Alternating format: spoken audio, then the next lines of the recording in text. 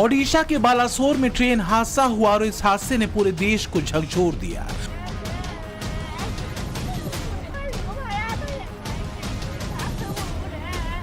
दुख और दर्द की इस घड़ी में प्रधानमंत्री नरेंद्र मोदी भी भावुक हैं। रेल त्रासदी ने पीएम मोदी को गमजदा कर दिया। जब से ओडिशा में 3 ट्रेनों की टक्कर की खबर आई, तब से पीएम मोदी एक्टिव हो गए। हर घड़ी, हर मिनट, हर सेकंड हादसे का अपडेट लिया और फिर उनसे रहा नहीं गया तो ओडिशा पहुंच गए। लोगों ने अपना जीवन खोया है। ये बहुत बड़ा दर्दनाक और वेदना से भी परे मन को विचलित करने वाला, जिन परिवारजनों को इंजरी हुई है उनके लिए भी सरकार उनके उत्तम स्वास्थ्य के लिए कोई कोर कसर नहीं छोड़ेगी। लेकिन एक दुख की घड़ी में मैं आज स्थान पर जाकर के सारी चीजों को देख करके आया हूं। अस्पताल में भी जो घायल नागरिक थे उनसे मैंने बात की है। मेरे पास शब्द नहीं है इस वेदना को प्रकट करने के लिए,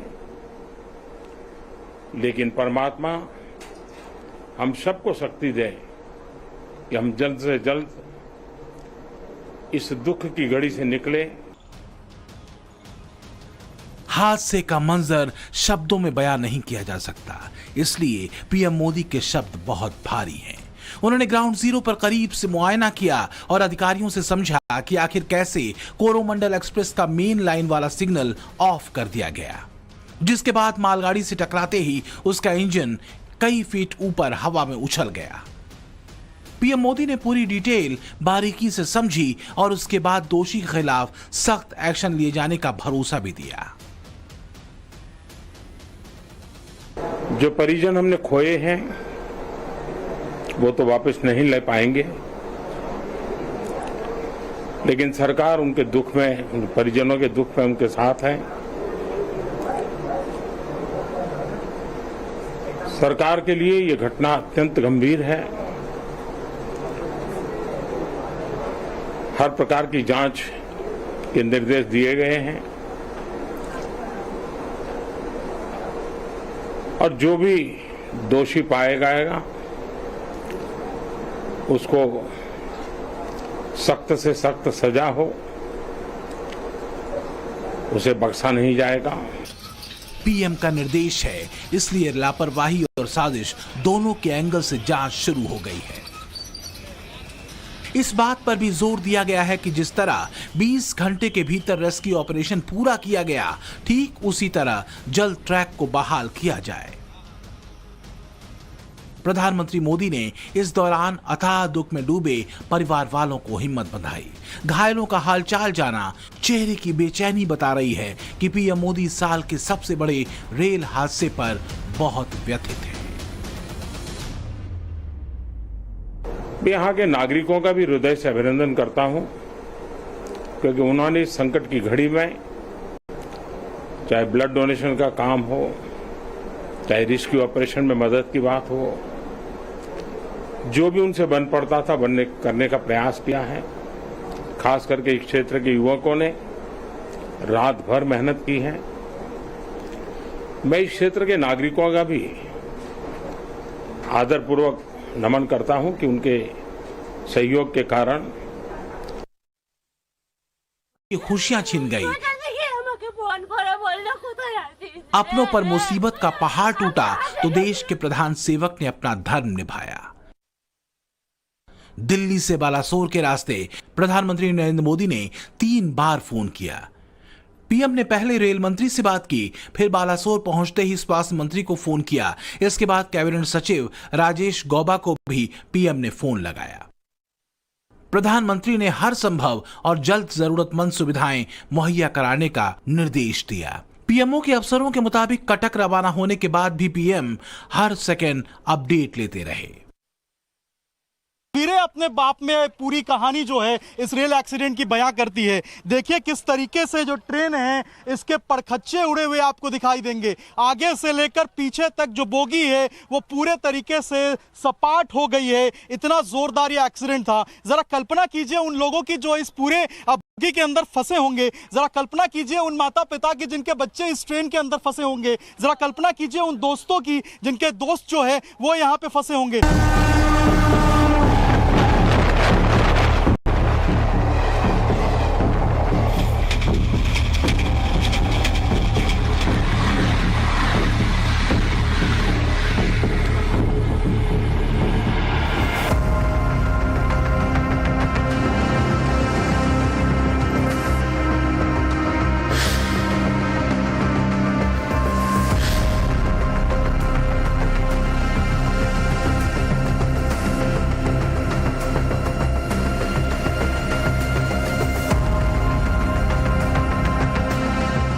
ट्रेनों की टक्कर लापरवाही है या कोई साजिश, इन दो सवालों के इर्द गिर्द घूम रही है पूरी जांच।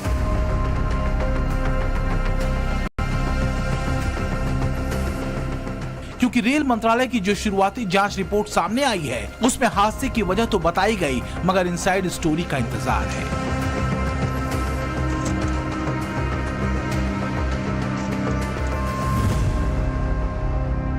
वक्त शुक्रवार शाम करीब 7:30 बजे, जगह बालासोर, ओडिशा।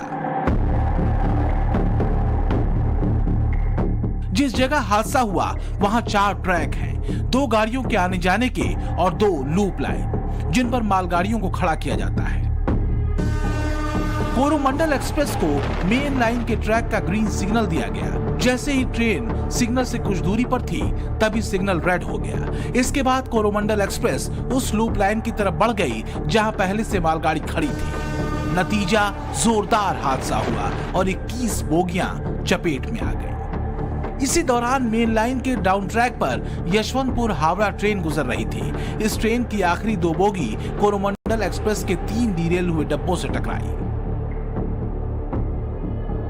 ये जो रास्ता आप देख रहे हैं, जो ट्रैक देख रहे हैं, ये अप लाइन है। इसी लाइन के ऊपर जो है पहले जो है वो सिग्नल दिया जाता है और सिग्नल देने के बाद ये जो कोरोमंडल ट्रेन है वो इस ट्रैक के ऊपर आगे की तरफ बढ़ती है। लेकिन जैसे ही वो आगे बढ़ती है फिर वो सिग्नल को बंद कर दिया जाता है, रेड लाइट कर दिया जाता है और इससे पहले कि जो वो रुके और चीज़ें संभरे, वो आगे जो खड़ी होती है मालगाड़ी उसमें जाकर टकरा जाती है। टकराने के बाद क्या होता है कि जो बोगियां हैं वो कुछ इस तरीके से गिर जाती हैं और सामने से आते हुए ये देखिए, ये जो ट्रेन आपको नजर आएगी दुरंतो, यही जो है वो जब गिरे हुई बोगियों से टकराती है तो कुछ इसके डिब्बे इसी तरीके से डीरेल हो जाते हैं। अब सवाल यह है कि जिस वक्त शाम के अंधेरे में सिग्नल ऑन ऑफ हुआ तो क्या हादसे की गंभीरता को कम नहीं किया जा सकता था?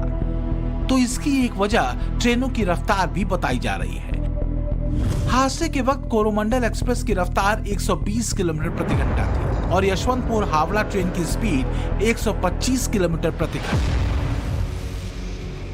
दोनों ही ट्रेनों को बहनागा बाजार स्टेशन पर रुकना नहीं था। इसके अलावा वो कवच सिस्टम भी उस ट्रैक पर नहीं लगा था, लिहाजा कोरोमंडल एक्सप्रेस में रेड सिग्नल होने पर ऑटोमेटिक ब्रेक नहीं लगा और फिर टक्कर को बचाया नहीं जा सका।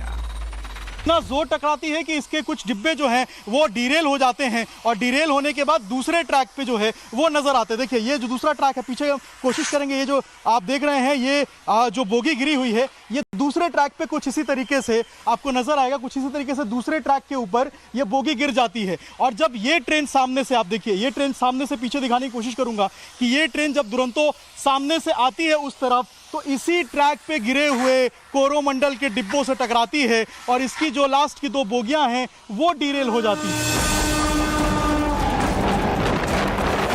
2 ट्रेनें फुल स्पीड पर थीं, यात्री भी फुल तादाद में थे। कोरोमंडल एक्सप्रेस में 1257 पैसेंजर्स ने टिकट बुक कराए थे, जबकि यशवंतपुर हावड़ा ट्रेन में 1039 रिजर्व पैसेंजर थे। रेल सूत्रों का दावा है कि जब कोरोमंडल एक्सप्रेस मालगाड़ी से टकराई तब मामला बहुत ज्यादा सीरियस नहीं था, लेकिन तीसरी ट्रेन की टक्कर से हालात डरावने हो गए। सबसे ज्यादा नुकसान पहुंचा अनारक्षित बोगियों को। कोरोमंडल एक्सप्रेस के इंजन के ठीक पीछे अनरिजर्व बोगी थी। मरने वालों में सबसे ज्यादा इसी बोगी के बताए जा रहे हैं। यशवंतपुर हावड़ा ट्रेन के जो पिछले 2 डब्बे टकराए, उनमें से एक बोगी अनारक्षित बताई जा रही है और इस ट्रेन में मृतकों की संख्या भी इसी बोगी में बैठे मुसाफिरों की ज्यादा है। कोलिशन एक हुआ है, आप देख सकते हैं। तो इधर फिलहाल 2 कोचेज है, एक रेड कलर की और एक आप ये जो देख सकते हैं दूसरी, ये दुरंतो का कोच है। ये जो शालीमार से ये कोच उस ट्रेन का है जो चेन्नई जाने वाला था और स्टेशन पे खड़ा था, और दूसरा ट्रेन इस साइड है, जो दूसरा एक और पैसेंजर ट्रेन है, दूसरा इस साइड में है। आप देख सकते हैं ये दूसरा कोच है। कितनी खराब तरीके से ये पूरी एक्सीडेंट हुई है कि एक कोच के ऊपर दूसरा कोच आ गया है। आप देख सकते हैं जो हाइट है वो ये रेल ट्रैक से काफी ऊपर है। यही वो ट्रैक है जहाँ पे वो ट्रेन खड़ा था और इधर सामने से आके दूसरा ट्रेन के साथ हेड ऑन कोलिशन जो हम बोल रहे हैं, एक गुड्स ट्रेन के साथ जो हेड ऑन कोलिशन हुआ है वो आप देख सकते हैं वो इसी ट्रैक पे हुआ है। पीएम मोदी को भी रेल अधिकारियों ने हादसे की डिटेल दी तो इसी मैप को दिखाया गया, समझाया गया और जानकारी दी गई कि आखिर इतनी बड़ी त्रासदी हुई कैसे। स्थानीय लोग बताते हैं कि हादसा इतना जबरदस्त था कि आवाज बहुत खतरनाक तरीके से आई थी। सामान्य डिब्बों के साथ साथ एसी कोच भी बर्बाद हो गए। अंदर देखिए ये एसी बोगी है और इस एसी बोगी के अंदर की तस्वीरें मैं एक बार कोशिश करूंगा कि आपको दिखाऊं कि इस एसी बोगी के अंदर का क्या हाल हो चुका है। ये देखिए यहाँ पे आपको सीट के परखच्चे उड़े दिखाई देंगे, तकिया ऊपर से नीचे गिरा हुआ है, जो रिबन्स लगते हैं, जो बैंड्स लगते हैं वो आपको टूटे हुए दिखाई देंगे। इसके अलावा जो ये डिरेल ट्रेन है इसके ऊपर के जितने भी मशीन लगते हैं ये अब सीट के ऊपर गिरे हुए आपको दिखाई देंगे। आमतौर पर लूप लाइन सुपरफास्ट ट्रेनों को बेधड़क निकालने के लिए होती है और इनकी लंबाई 750 मीटर तक की रहती है। बहनागा बाजार स्टेशन पर ऐसी ही 2 लूप लाइन है जो कि मेन ट्रैक से निकाली गई है और इसी लूप लाइन की वजह से बहुत बड़ा हादसा हो गया। हर किसी की डिमांड है कि पूरे हादसे की सही से जांच हो ताकि गलती या लापरवाही के बीच फर्क सामने लाया जा सके। बात यही है कि रेलवे का सेफ्टी कमीशन है। जब रेलवे का ऐसा इंसिडेंट होता है तब रेलवे सेफ्टी कमीशन को दे देता है। वो लोग इन्वेस्टिगेशन करते हैं और इन्वेस्टिगेशन करके रिपोर्ट देते हैं। दुर्घटनाएं होती हैं, रेलवे एक्सीडेंट होते रहे हैं, लेकिन इतना 3 रेल इकट्ठी बढ़ जाना ये आज पहली दफा मैंने अपने जीवन में सुना है। हो जाते हैं रेल की घटनाएं, कभी रेल पटड़ी से उतर जाती है या कभी उसकी पटड़ी उखाड़ दी जाती है। इस किस्म की घटनाएं होती नहीं। ये 3 रेल आपस में भिड़ जाएं, इसी वास्ते इतनी जो है मृत्यु हुई वहाँ। यही कहना चाहूँगा कि कोई भी एंगल को रूल आउट नहीं करना चाहिए। और ये फ्रीक इसलिए था कि इसमें 3 ट्रेनें एक साथ जुड़ी थी और मतलब यदि मान लीजिए गुड्स ट्रेन वो दूसरी पैसेंजर ट्रेन नहीं आती ट्रैक पर तो शायद बहुत सारी ज़िंदगी बच सकती थी, मगर ये फ्रीक था। मगर असली बात क्या है, क्यों हुआ, कैसे हुआ, वो तो इंक्वायरी कमीशन ही कह सकते। कहा है वो सुरक्षा कवच जिसकी बहुत बड़ी बातें हुई थी कि जैसे ही एक ट्रेन दूसरे के आसपास आएगी ऑटोमेटिकली ब्रेक लग जाएगा। तो क्या सुरक्षा कवच इसमें था या नहीं था, क्योंकि बहुत ही महत्वपूर्ण ट्रेन थी। पिछले 27 सालों में ऐसा पहली बार हुआ है जब 3 ट्रेनें आपस में टकराई हों। इससे पहले साल 1995 में यूपी के फिरोजाबाद में एक साथ 3 ट्रेनों की टक्कर हुई थी जब 350 से ज्यादा यात्रियों की मौत हुई थी। उस हादसे में ट्रैक पर 3 दिनों तक रेस्क्यू ऑपरेशन चला था। अब एक बार फिर 3 ट्रेनें हादसे का शिकार हो गई और इस बार भी मरने वालों का आंकड़ा लगातार बढ़ता जा रहा है। बालासोर से अभिषेक राज और साकेत कुमार के साथ bureau report, times now, Navbharat.